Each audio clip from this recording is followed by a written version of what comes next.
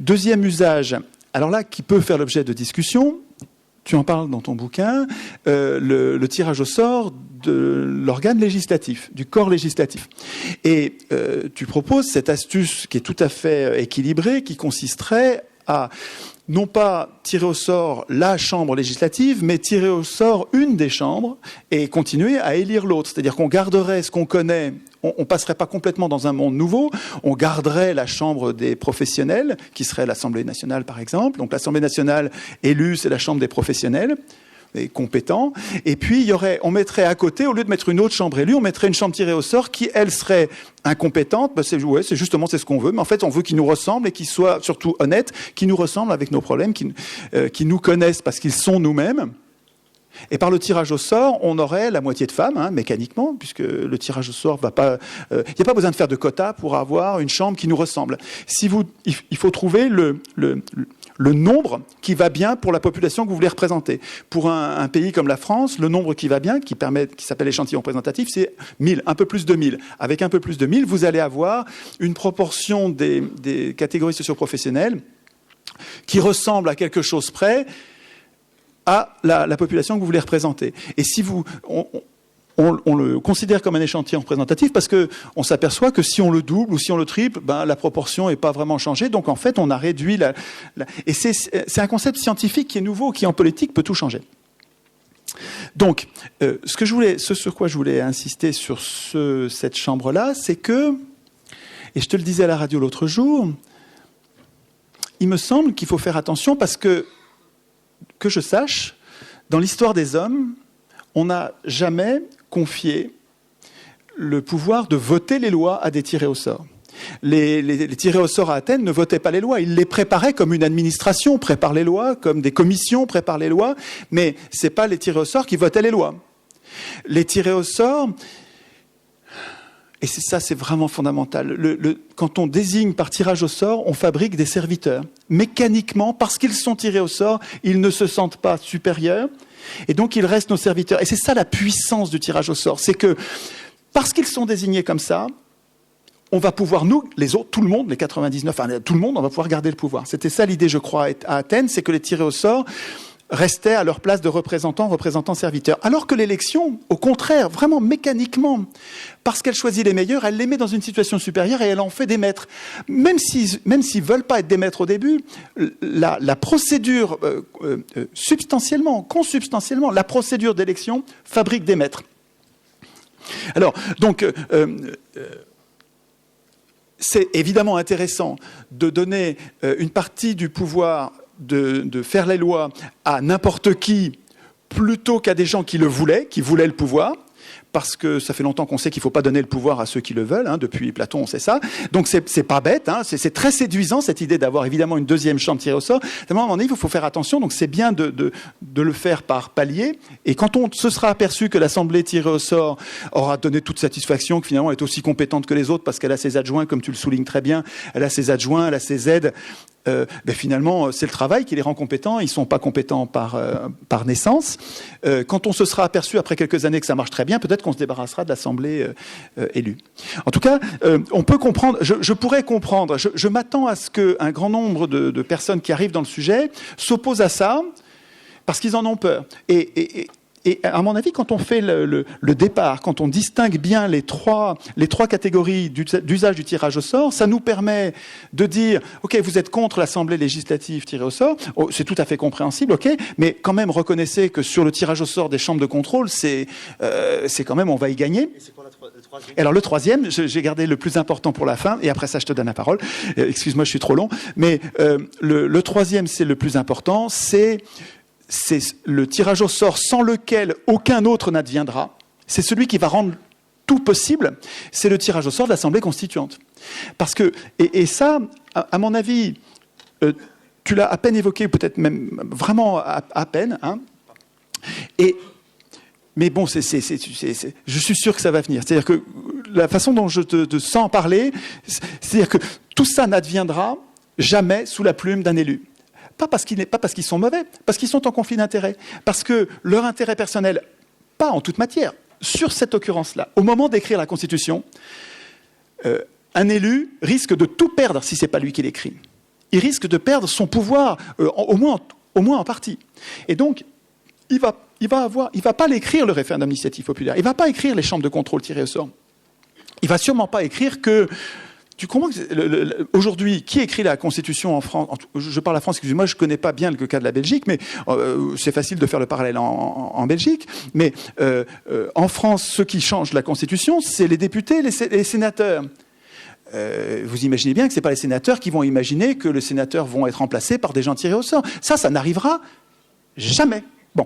Et si on intègre ça dans notre raisonnement, ça nous fait une troisième catégorie de tirage au sort qui, à mon avis, elle aussi est discutable, parce qu'il y a des gens qui me disent et qui me rentrent dans le lard en me disant « Étienne, on veut pas de ta chambre, on veut pas de ton assemblée tirée au sort constituante parce qu'on veut l'écrire, nous, la Constitution. Et tirer au sort l'assemblée constituante, ça nous dépossède, encore une fois, alors c'est pas par l'élection, mais c'est par tirage au sort, ça nous dépossède, et je peux l'entendre.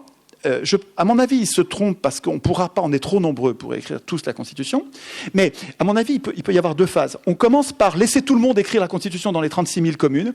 Commune par commune, tous ceux qui veulent écrivent un projet constituant. Et puis on essaye de le synthétiser, d'en faire une synthèse au niveau national. Et puis on s'aperçoit que la Chambre ou les chambres qui sont en train d'essayer de collecter les différents 36 000 projets qui sont en train de se faire, complètement débordés. 36 000, quand tu vois le temps qu'il faut pour lire une constitution, une, deux, trois, même si c'est des projets, 36 000, ils vont être débordés, ils vont appeler au secours au centre là en disant arrêtez, vous êtes trop nombreux, et en plus les 100 qu'on vient de lire là, vous écrivez tous la même chose. C'est le scénario que j'imagine. Peut-être que ça ne se passera pas exactement comme ça, mais ça nous permettrait d'avoir ce scénario, ça nous permettrait de dire ok, on essaye, on écrit tous ceux qui veulent, on écrit la Constitution, et puis nécessité faisant loi, on va s'apercevoir que c'est pas possible et qu'on écrit tous la même chose. Moi, j'ai pas besoin d'écrire la Constitution. Je sais bien qu'on va tous écrire la même chose, qu'on va écrire la séparation des pouvoirs, les mandats courts, non renouvelables, l'initiative populaire. On va écrire grosso modo la même chose, avec des options peut-être. Et donc, on n'a pas besoin d'écrire tout ce qu'il faut qu'on fasse, et qu'on s'entraîne à écrire la Constitution. Et puis, qu'ensuite, quand on désigne quelqu'un au sort, on le regarde. On le laisse pas, on le tire pas au sort en le laissant travailler. On va ensuite l'observer en train de travailler, en vérifiant qu'il n'est pas en train de s'égarer, qu'il ne reçoit pas en secret les banquiers comme l'ont fait les constituants tunisiens. Là. Les constituants tunisiens, vous savez que les Tunisiens ont chassé un tyran. Ils ont élu leur assemblée constituante. Et puis ils sont rentrés chez eux. Alors qu'est-ce qu'ont fait les députés de l'assemblée constituante, des professionnels de la politique? Ils se sont mis à huis clos. Ils ont triplé leur salaire. Ils se sont votés une immunité judiciaire, juridique, et puis ils ont commencé à recevoir en secret les banquiers, au secours, quoi, la totale. Mais comme tout le monde, ça nous est arrivé, ça nous arrivera si on ne fait pas attention à tirer au sort et surveiller les constituants. Excusez-moi, j'ai été trop long. Qu'est-ce que tu penses de cette idée? Qu'est-ce que ça te fait? Et si tu as des objections ou des trucs, des peurs, je suis curieux de savoir comment ça s'intègre, qu'est-ce que ça évoque pour toi?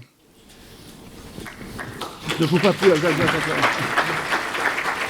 Merci Étienne. Est-ce que ce micro fonctionne maintenant?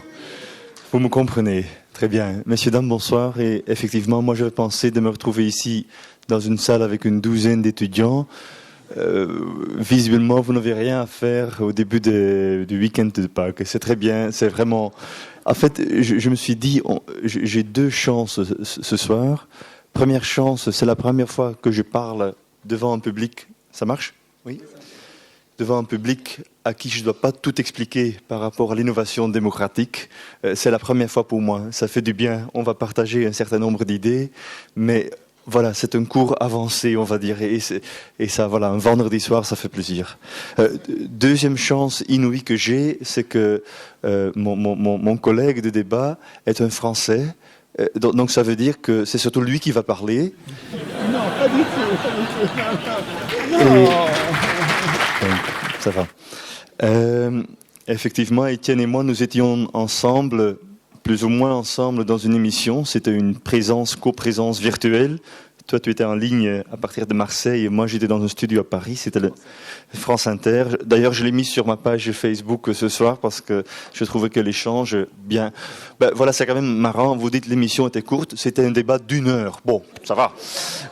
En flanc, je suis déjà content s'il me confie 15 secondes. Donc, pour moi, c'était plutôt long comme intervention. Mais effectivement... Je sais pas s'il faut introduire la notion du tirage au sort. Est-ce qu'ici, dans le public, est-ce qu'il y a une connaissance suffisamment partagée par rapport à cette notion? J'ai quand même l'impression. Vous êtes tous déjà des convaincus. Très bien. Et donc, effectivement, je pense que ce soir, nous bougeons, nous allons vers une deuxième étape. C'est-à-dire, on va plus défendre le tirage au sort en tant que principe. Je pense que tous ceux qui connaissent la littérature, qui commence avec Bernard Manin et Hansen et toute une série de penseurs qui, depuis 20 ans, ont publié des ouvrages extrêmement importants. Les deux derniers en date sont l'ouvrage du Québécois Dupuy-Derry, qui a écrit un ouvrage tout à fait formidable sur l'emploi du mot démocratie pendant les révolutions françaises et américaines. Et à notre grande surprise, il a constaté que le mot était ou bien évité, ou s'il était utilisé toujours de façon péjorative. C'était fort important de voir que moi, dans mon école flamande, j'ai toujours appris que la Révolution française a pourchassé l'aristocratie pour la remplacer par la démocratie. Il se trouve que maintenant, et c'est montré, voilà, il n'y a plus de discussion à mon avis, on n'a pas chassé l'aristocratie pour la remplacer par la démocratie, on a chassé l'aristocratie héréditaire pour installer une nouvelle aristocratie, c'est-à-dire une aristocratie élective. Et les élections ont été sciemment inventées, injectées, instrumentalisées pour rendre cette nouvelle aristocratie possible. Pour le dire de façon arithmétique, les numéros 1 sont partis, c'est-à-dire le roi et sa famille, en France, mais aussi dans les États-Unis, c'est la reine ou la monarchie anglaise qui a été renvoyée. Pas forcément la reine, elle est vieille, mais pas aussi vieille que ça. Quoique. Et donc, c'est en fait les numéros 2 qui ont repris le pouvoir, plus ou moins selon le schéma qu'on a pu constater en direct il y a quelques années en Égypte. C'est le peuple qui a fait la révolution de la place Tahrir, ce sont les frères musulmans qui ont remporté. Donc on voit toujours, la révolution est faite par des pauvres, le nouvel État post-révolutionnaire est créé par ceux qui étaient juste en dessous du sommet. Donc ils pourchassent le sommet pour prendre le pouvoir. Et si ça ne marche pas toujours, l'Égypte et la France de la fin du XVIIIe siècle sont fort semblables dans un très vite échangement de décors et de personnel. Donc voilà, le livre de Dupuy-Derry, dont le titre... Je peux vous donner exactement. Tu le connais par cœur? C'est Démocratie, histoire d'un mot. Démocratie, histoire d'un mot. C'est ça, tout à fait. Moi, je l'ai cité à la fin de mon livre. Bon, bref. Deuxième livre qui vient de sortir s'appelle Vox Populi. C'est sorti en France il y a 2-3 semaines. Voilà. Attendez, je vais vous donner, pour ceux qui s'y intéressent, le titre. Oui, Francis Dupuy-Derry, c'est un professeur en sciences politiques au Québec, qui est professeur et anarchiste à la fois. Et donc son livre s'appelle « Démocratie, histoire politique de mots aux États-Unis et en France ». C'est paru l'année passée à Montréal. C'est sa thèse de doctorat d'ailleurs. Et donc deuxièmement, le livre dont le nom m'échappe, c'est un écrivain français qui vient de sortir le livre qui s'appelle « Vox Populi ». C'est Ponquin, quelque chose dans le genre. Il y a 3 semaines que c'est sorti, et en fait, c'est fort intéressant. Alors que Francis Dupuy-Derry parle du mot démocratie à la fin du XVIIIe siècle, l'auteur de Vox Populi va étudier les élections avant les révolutions françaises et américaines. Ce n'est pas vrai que les révolutions ont inventé les élections.